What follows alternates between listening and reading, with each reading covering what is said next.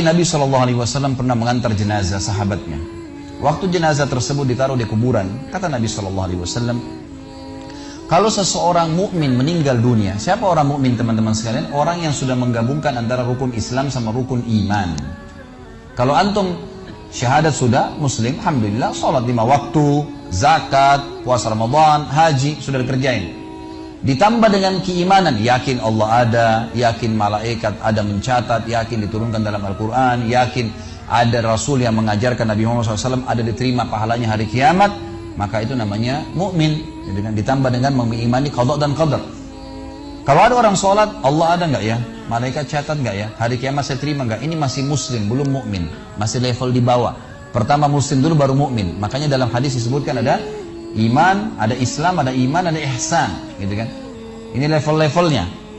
Nah, kata Nabi SAW, kalau orang mukmin menggabungkan antara rukun Islam sama rukun iman, sholat yakin Allah ada, sholat begini dan seterusnya, maka akan datang kepadanya 3 sosok malaikat pada saat meninggal. Dan ini teman-teman bukan dongeng saya ceritakan, ini hadis Nabi, berita wahyu yang pasti kita semua akan saksikan. Demi Allah ini benar, ini wahyu, gitu kan?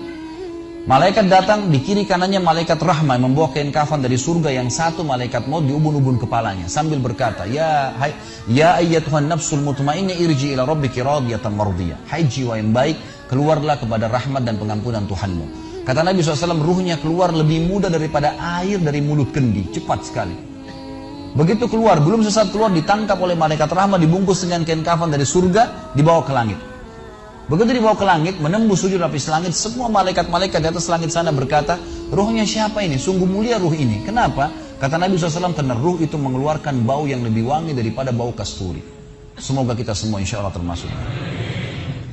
Maka kata Nabi SAW, malaikat rahmah mengatakan ini fulan bin fulan, namanya yang paling mulia di dunia. Lalu kemudian ditembuskan sampai langit ke-7, lalu kemudian terdengar suara dari langit ke-7. Allah Azza wa Jalla berkata, catatkan hambaku ini termasuk penghuni surga, kembalikan dia di dunia, di sana saya ciptakan, di sana pula saya akan bangkitkan. Diantar ruhnya bersamaan jasadnya, diantar oleh kerabatnya. Baru 3 langkah mereka jalan, dia masih bisa, ruh ini masih mendengarkan suara sendal mereka.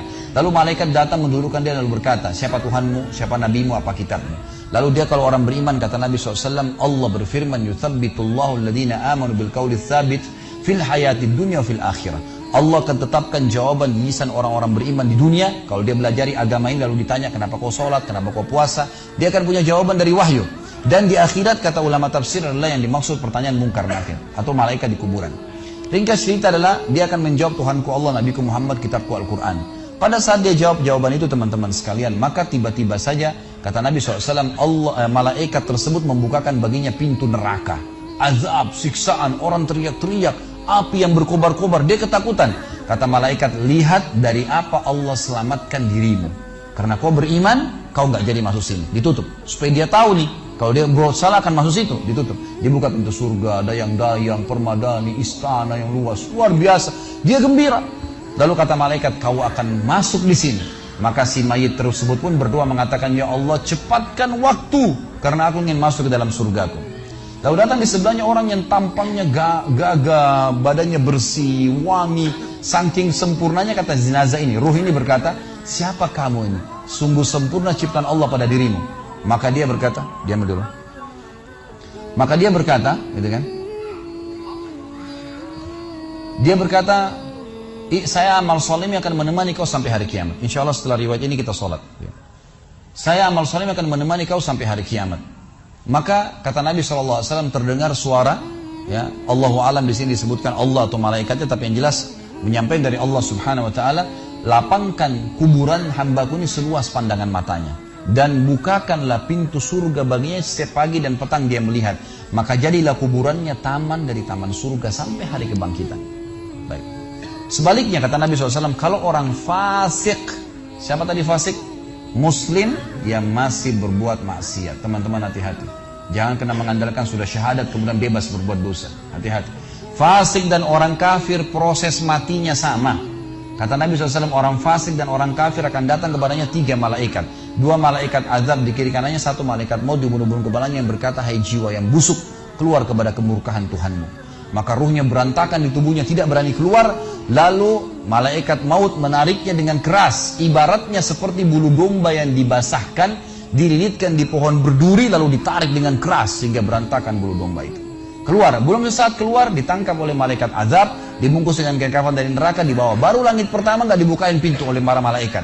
Lalu malaikat langit berkata, siapa ruh ini? Sungguh buruk ruh ini. Kenapa? Kata Nabi SAW, karena ruh itu mengeluarkan bau yang lebih busuk daripada bau bangkai. Wa na'udzubillah.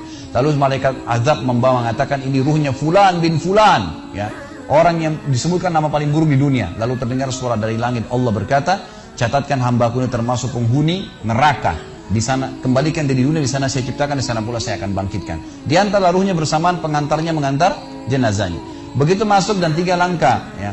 Orang-orang mengantarnya lewat, malaikat datang mendudukkan dia mengatakan siapa Tuhanmu, siapa Nabimu, apa kitabmu. Walaupun muslim, rekam baik-baik ini. Ya. Lahir dalam keadaan Islam, sesekali sholat, fasik, masih banyak masih tidak tobat sebelum meninggal, sama. Jawabannya kata Nabi SAW dengan orang kafir, innama aqulu kama kana yaqulun nas. Saya nggak tahu, saya cuma ikut-ikut dulu orang bilang apa. Nggak bisa jawab.